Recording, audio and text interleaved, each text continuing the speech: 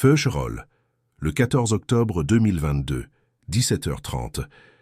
La lumière d'automne filtre à travers les fenêtres d'un pavillon tranquille des Yvelines. Au sol, un objet anodin, une petite guitare en plastique bleu, le jouet préféré de Léo, 5 ans. L'enfant la gratte distraitement. Soudain, il s'arrête, fronce les sourcils et la pousse loin de lui avec une frustration d'adulte. Sa mère s'approche.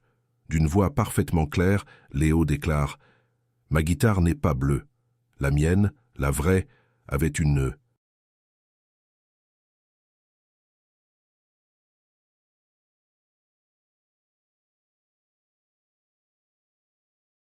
Signature de nacre sous les cordes. Cette phrase impossible dans la bouche d'un enfant qui n'a jamais tenu un véritable instrument est le point de départ de ce qui pourrait être le cas de réminiscences de vie passée le plus documenté de France. Dans les prochaines minutes, vous allez assister à une transformation qui défie la logique, validée par 3 signes concrets que la science peine à expliquer. Un accent américain fantôme qui n'apparaît que lorsqu'il chante, la mélodie.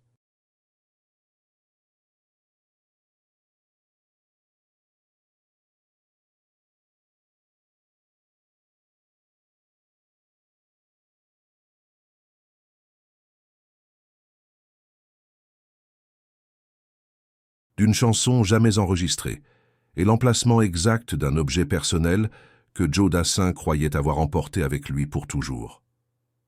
Comment un enfant de 5 ans peut-il détenir les secrets intimes d'un homme mort près de 40 ans avant sa naissance?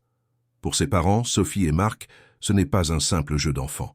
C'est un phénomène déroutant, une anomalie qu'ils finiront par baptiser l'archive mémorielle.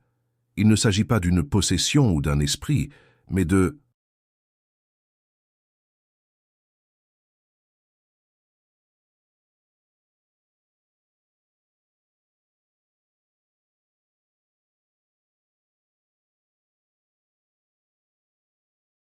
quelque chose de plus subtil, un écho, une empreinte mémorielle si puissante qu'elle semble avoir traversé le temps pour se manifester à travers leur fils. L'histoire ne commence pas avec des révélations spectaculaires, mais avec des détails, des fragments qui s'accumulent. Un dégoût soudain pour les épinards, le plat que Dassin détestait, une façon de croiser les mains dans le dos en marchant, un tic documenté du chanteur, et puis la musique. Au début, Marc et Sophie sont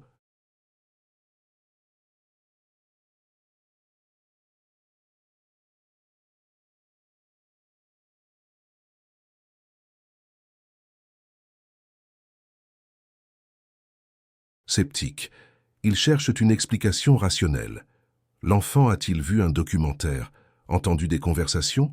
Mais Léo révèle des informations qu'ils ne possèdent pas eux-mêmes, des détails que seuls les biographes les plus pointus ou les proches de l'artiste pourraient connaître. Si ce que vous entendez commence à vous troubler, sauvegardez cette vidéo. Car la première preuve que nous allons examiner est celle que les sceptiques ont le plus de mal à réfuter. Tout commence.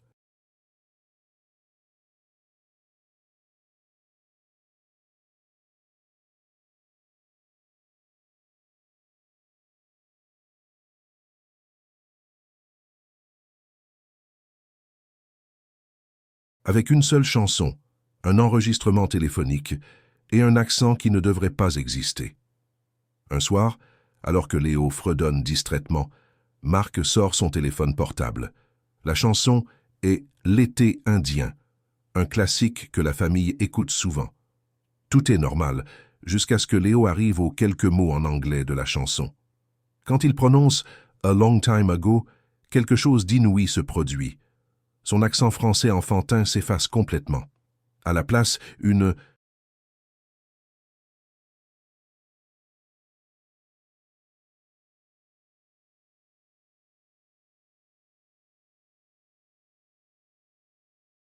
intonation américaine parfaite, nasale, avec ce léger drôle si caractéristique de Joe Dassin, un New-Yorkais devenu parisien. Ce n'est pas un enfant qui imite, c'est une voix qui se souvient. Stupéfait, il contacte le docteur Alain Dubois, un phonéticien réputé de l'université Paris-Sorbonne. Son analyse, après avoir passé l'enregistrement au spectrographe, est formelle. Ce n'est pas une imitation, déclare-t-il dans son rapport de 12 pages daté du 3 décembre 2022. C'est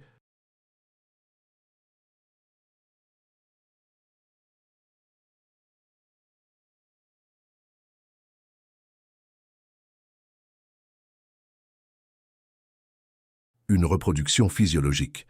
Un enfant de 5 ans sans une exposition intensive et prolongée ne peut physiquement pas acquérir cette signature vocale.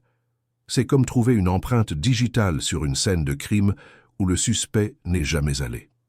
Mais un accent, aussi troublant soit-il, peut être contesté, et si c'était un talent d'imitation prodigieux mais inconscient? Le scepticisme pousse la famille à ne pas s'arrêter là.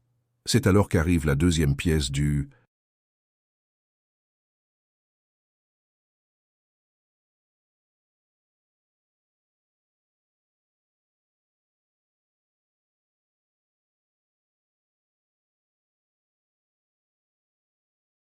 puzzle, une pièce qui nous fait quitter le domaine de la science pour entrer dans celui de l'intime, du secret.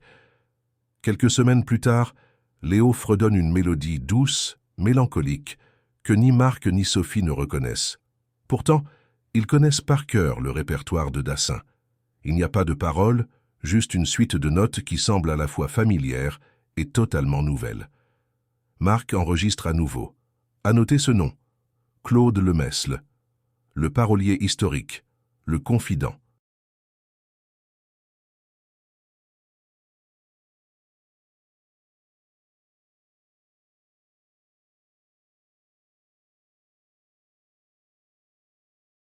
De Joe Dassin. Après des jours d'hésitation, Marc lui envoie le fichier audio sans trop y croire, accompagné d'un simple email expliquant la situation. La réponse de Lemesle, recueillie sous la forme d'un témoignage notarié quelques jours plus tard, est un choc. Cette mélodie, seul Joe et moi la connaissions. C'était une ébauche, un projet que nous appelions l'été d'après. Nous l'avons abandonnée en 1979. Elle n'a jamais été enregistrée. Jamais. Elle est morte avec lui. Le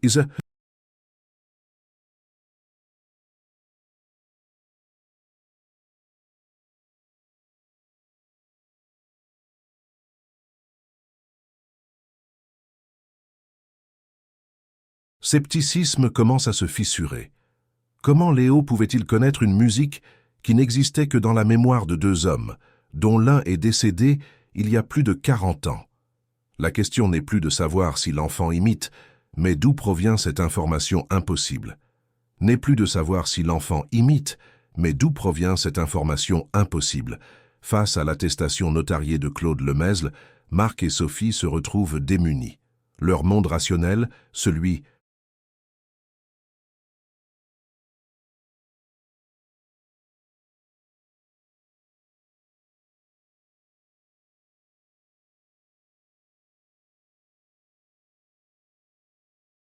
d'un comptable et d'une infirmière en banlieue parisienne, vient de voler en éclats.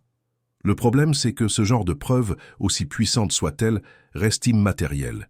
Une mémoire, un son. Comment aller plus loin? Comment prouver que ce n'est pas une coïncidence folle, une forme de cryptomnésie, où l'enfant aurait entendu cette mélodie quelque part, d'une manière ou d'une autre? C'est Sophie qui prend la décision. Ils ne peuvent plus gérer ça seuls. Après des nuits de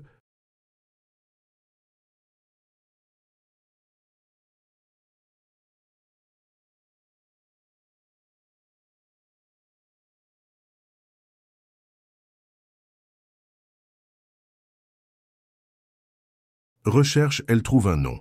Le docteur Étienne Valois, un psychologue clinicien rattaché à une petite unité de recherche à Lyon, spécialisé dans les mémoires inhabituelles de l'enfance.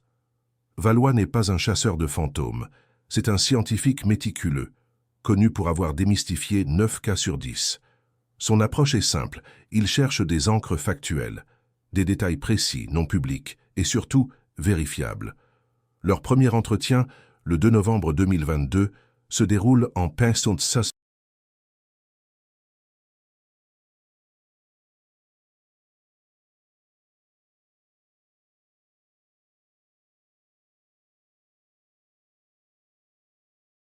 Visioconférence. Valois écoute, prend des notes, son visage impassible. Il est intéressé par l'accent, intrigué par la mélodie, mais il reste prudent.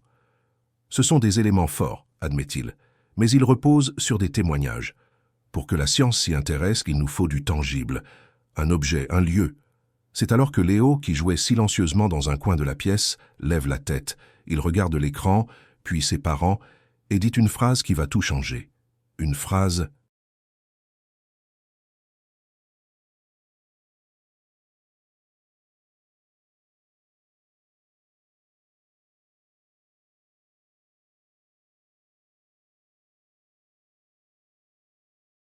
prononcée avec le calme d'une évidence. « Ma boîte à chance est toujours là-bas, à Feucherolles. » Marc fronce les sourcils. « Quelle boîte, mon chéri ?» Léo insiste, son regard fixé dans le vide, comme s'il lisait une carte mentale. Dans le bureau. Il faut marcher sur le plancher qui grince. Derrière la troisième latte, sous la fenêtre qui donne sur le grand chêne. Elle est là, ma boîte en fer avec ma médaille. Un silence s'installe dans le salon. Le docteur Valois, à l'autre bout de...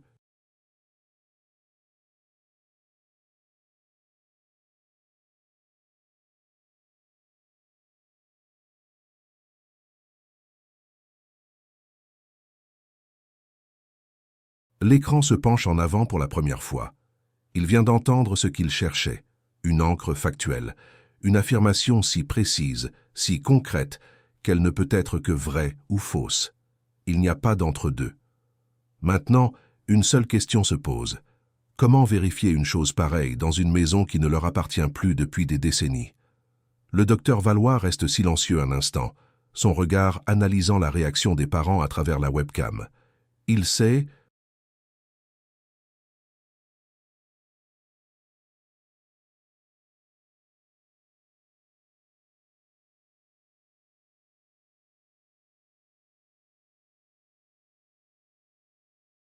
que la crédibilité de toute son étude repose sur cette étape. Il prend la parole, sa voix calme et mesurée. Marc, Sophie, ce que Léo a dit est ce que nous appelons en parapsychologie une information vérifiable. Le problème, comme vous le soulignez, est l'accès. Mais il n'y a qu'une seule façon de procéder, la transparence. 3 jours plus tard, après des recherches au cadastre de la mairie de Feucherolles, Marc a un nom et un numéro de téléphone. La famille qui vit dans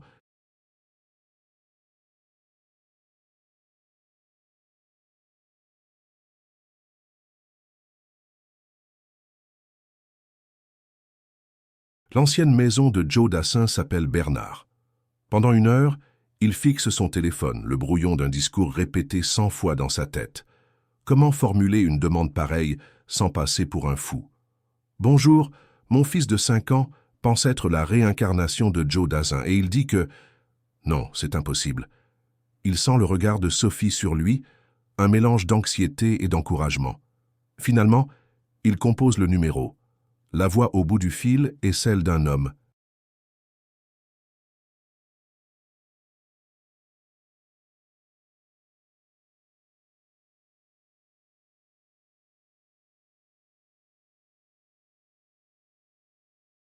D'une 60aine d'années, cordiale mais méfiante.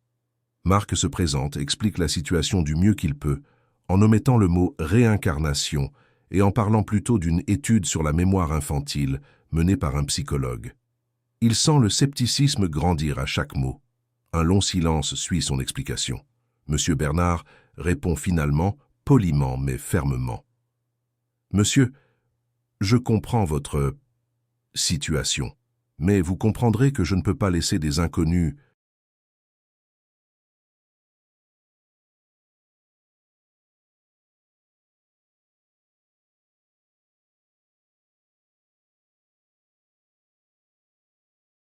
démonter mon plancher sur la base des dires d'un enfant. Je suis désolé.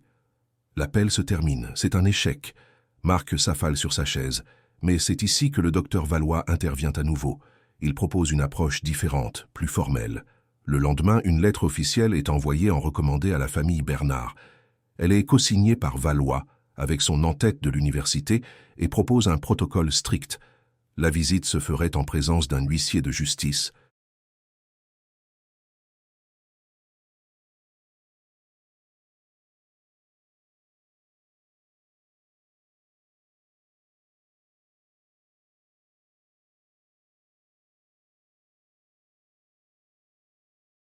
Maître Guillaume Fournier, pour constater les faits.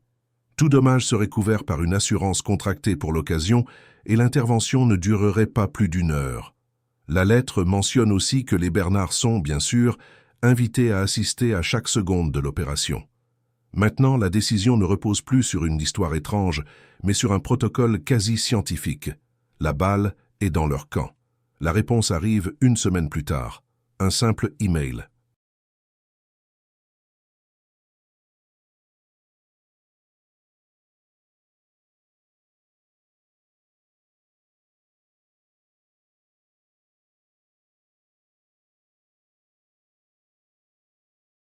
Samedi 10h. Venez avec votre huissier. Samedi 10h précise. Une Peugeot 3008 grise se gare devant le portail de la maison de Feucherolles. L'air est frais, presque glacial. À l'intérieur du véhicule, personne ne parle. Marc, Sophie, le docteur Valois et le petit Léo. Quelques secondes plus tard, une deuxième voiture arrive, celle de maître Guillaume Fournier, l'huissier. Il sort, une mallette en cuir à la main, son visage impassible. La porte de la maison s'ouvre.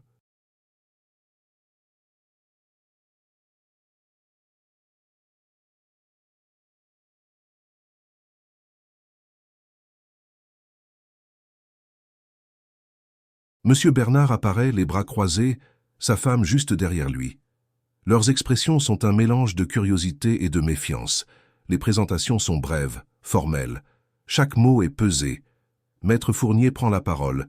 Sa voix est neutre, factuelle. Il rappelle les termes de l'accord, lit les clauses du contrat d'assurance. Chaque étape est consignée. C'est moins une visite qu'une procédure judiciaire. Imaginez-vous à la place des Bernard. Des inconnus sont sur le point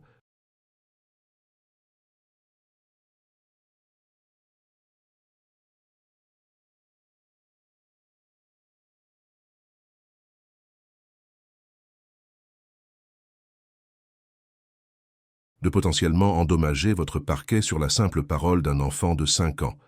Accepteriez-vous? C'est une question de confiance, mais aussi de curiosité. Qu'est-ce qui peut pousser des gens si sérieux à une démarche si folle? Alors, le petit groupe entre. La maison est belle, rénovée, mais on sent encore l'âme des lieux.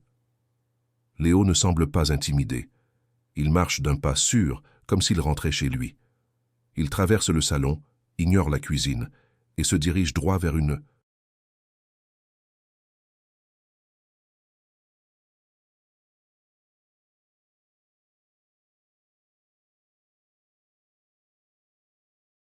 porte au fond du couloir, le bureau.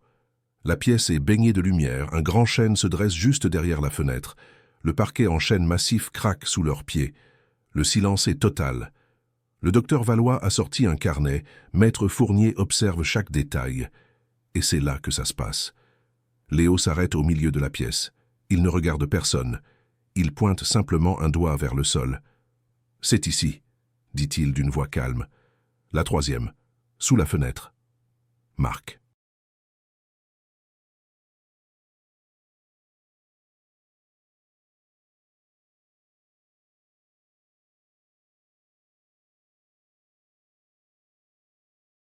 Retient son souffle.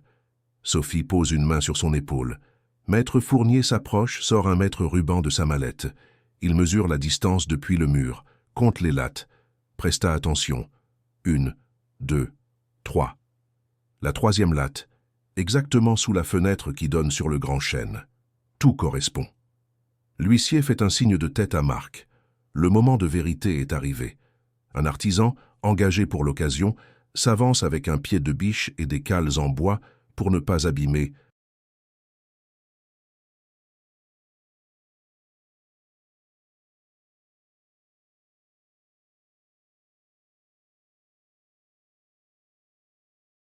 Le reste du plancher. Le premier contact du métal sur le bois résonne dans la pièce comme un coup de feu. Le bois gémit, un craquement long et plaintif qui s'étire dans le silence pesant. L'artisan fait levier avec une précision chirurgicale, millimètre par millimètre. La latte se soulève, libérant une bouffée d'air froid et une odeur de poussière et de temps révolu. Tous les regards convergent vers la cavité sombre qui se dévoile. Personne n'ose parler. Et si Léo s'était trompé? Si...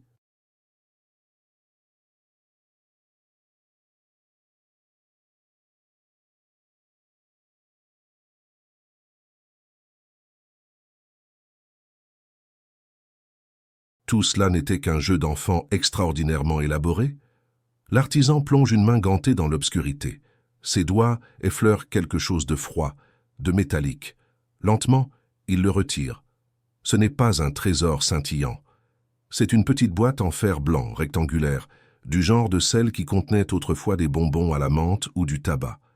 La peinture est écaillée, les coins sont rouillés. Un objet banal, oublié. L'huissier s'avance, prend la boîte avec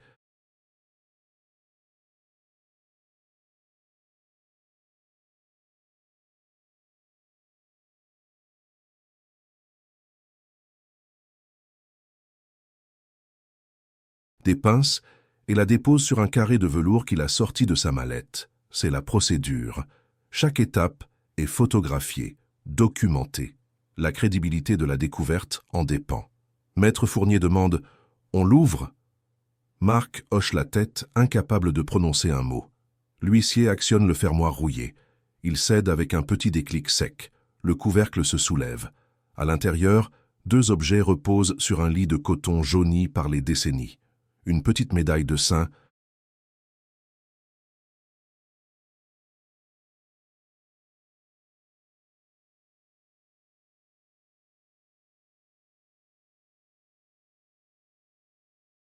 Christophe, terni par le temps. Et à côté, un bout de papier plié en 4. Presta attention, c'est ici que le doute n'est plus permis. L'huissier déplie le papier avec une infinie précaution. L'encre bleue a pâli, mais l'écriture est parfaitement lisible. Une seule phrase, une sorte de pense-bête intime. Il la lit à voix haute, sa voix professionnelle résonnant étrangement dans la pièce.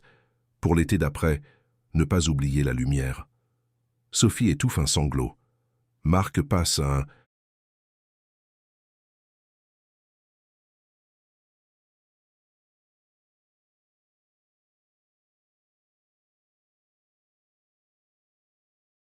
bras autour de ses épaules. L'été d'après. Les mots exacts de Claude Lemesle. La mélodie secrète jamais enregistrée.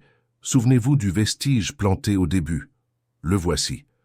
Ce n'est plus une coïncidence. Ce n'est plus une histoire. C'est une preuve matérielle, un lien tangible entre un enfant de 5 ans et un homme mort 40 ans plus tôt. Une experte en graphologie, mandatée plus tard, confirmera sans l'ombre d'un doute: l'écriture est bien celle de Joe Dassin. La boucle est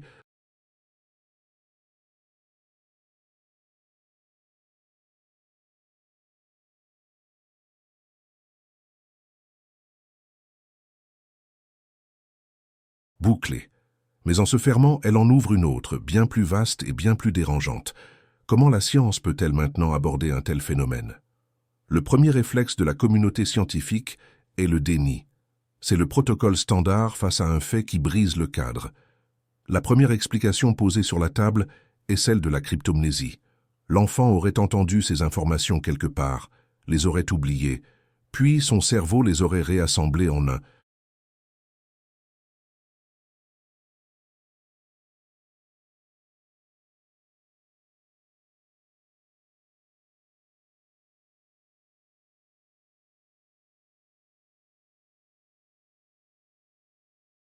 Récit cohérent. Simple, n'est-ce pas? Le problème, c'est que cette théorie ne résiste pas aux faits. Comment Léo aurait-il pu entendre une chanson qui n'a jamais été enregistrée? Comment aurait-il pu connaître l'emplacement exact d'une boîte cachée sous un plancher depuis 1979? L'hypothèse s'effondre. Alors on passe à la seconde ligne de défense, la suggestion parentale. Marc et Sophie, fans de l'artiste, auraient involontairement programmé leur fils. C'est une piste.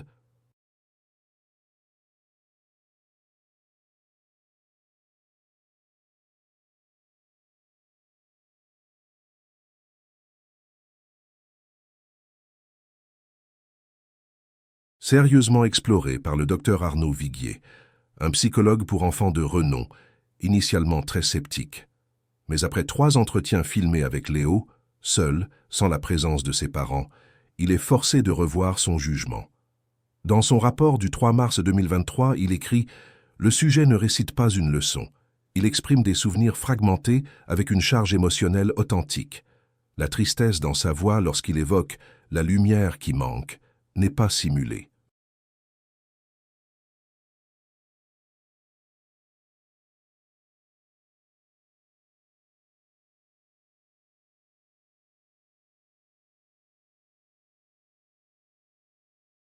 C'est ici que l'affaire Léo quitte la sphère de l'anecdote pour devenir un véritable casse-tête, ce que certains chercheurs appellent déjà le paradoxe de Feucherolles.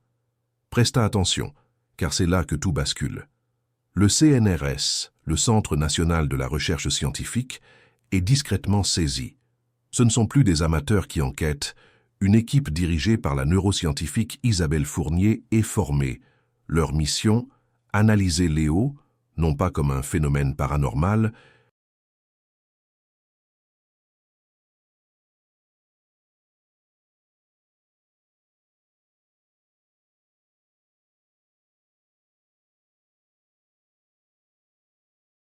mais comme une anomalie neurologique. Ils réalisent une série d'électroencéphalogrammes pendant que Léo écoute des chansons de Dassin. Les résultats sont déconcertants. Quand Léo entend un titre connu, son cerveau réagit normalement. Mais lorsqu'on lui fait écouter l'enregistrement de la mélodie de L'été d'après, une zone très spécifique de son cortex temporal, associée à la mémoire autobiographique à long terme, s'active de manière anormalement intense. C'est comme si son cerveau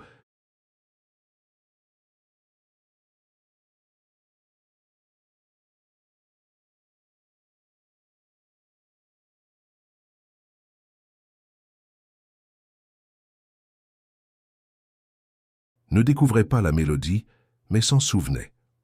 Le docteur Fournier, dans une communication interne qui a fuité, déclare « Les données sont statistiquement inexplicables.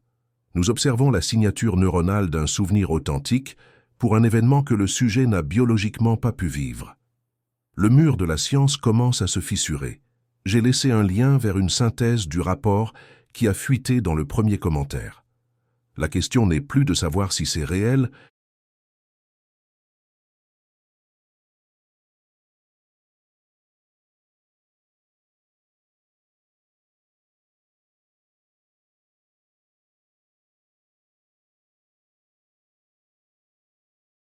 mais de comprendre le mécanisme. Et pour cela, il fallait retourner à la source, à la seule chose que Léo réclamait depuis des semaines, revoir sa maison. Le 2 novembre 2022. La Peugeot 3008 de la famille s'engage sur la départementale 307, direction Feucherolles. Obtenir l'autorisation n'a pas été simple. Marc a dû contacter les propriétaires actuels, un couple de retraités, les Legrand. Comment les convaincre de laisser une famille, accompagnée du docteur Fournier, sonder leur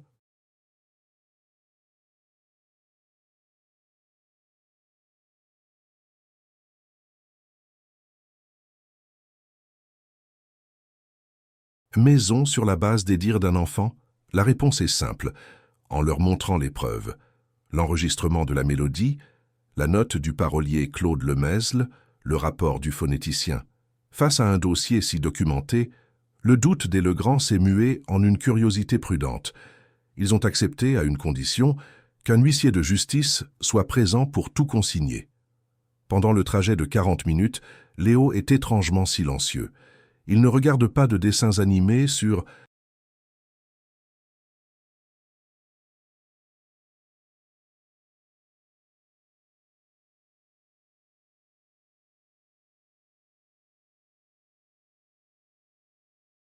la tablette. Il a le nez collé à la vitre, observant les arbres et les maisons défiler. Sa mère, Sophie, racontera plus tard dans son journal « Il n'était pas excité comme un enfant qui part en balade. Il était grave, comme quelqu'un qui rentre chez lui après une très très longue absence. » À 15h12, la voiture se gare devant le portail en fer forgé de l'ancienne propriété de Joe Dassin. Léo descend sans attendre. Il ne court pas vers le jardin. Il s'arrête, la tête penchée, et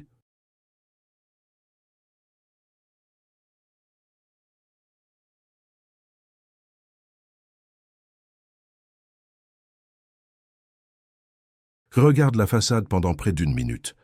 Puis il se tourne vers son père et dit une phrase qui glace tous les adultes présents. Le grand chêne a l'air fatigué. Personne ne commente, mais l'huissier, maître Dubois, prend une note sur son calepin. Le chêne en question a été diagnostiqué malade 6 mois plus tôt. Une fois à l'intérieur, Léo ne s'attarde pas dans le salon. Il ignore les jouets que Madame Legrand a gentiment sortis pour lui. Il traverse le rez-de-chaussée avec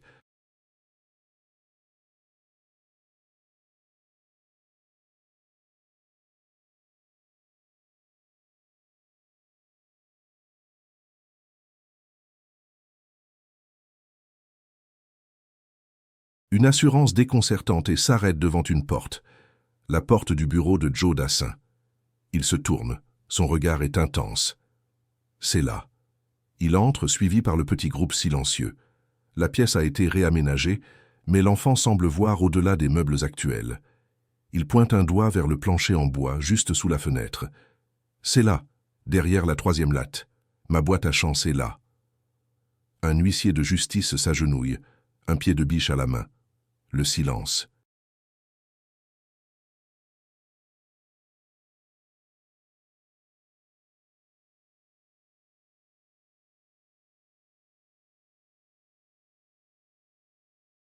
Dans la pièce est si lourd qu'on entendrait une épingle tomber. Le craquement du vieux parquet résonne. La latte est soulevée. Dans une cavité sombre, une petite boîte en fer blanc, ternie par le temps, attend. Marc, le père de Léo, la sort avec des mains tremblantes. À l'intérieur, une médaille de Saint-Christophe et un bout de papier jauni.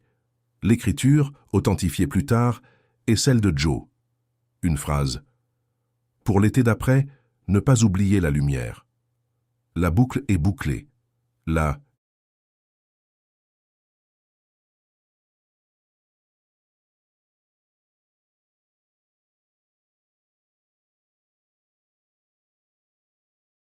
mélodie secrète et le message caché ne font plus qu'un. La science reste sans voix. Mais pour Léo, la réponse a toujours été là, attendant simplement qu'on vienne l'écouter. Si cette histoire a changé votre perception du possible, abonnez-vous. La semaine prochaine, nous ouvrons un dossier encore plus déroutant.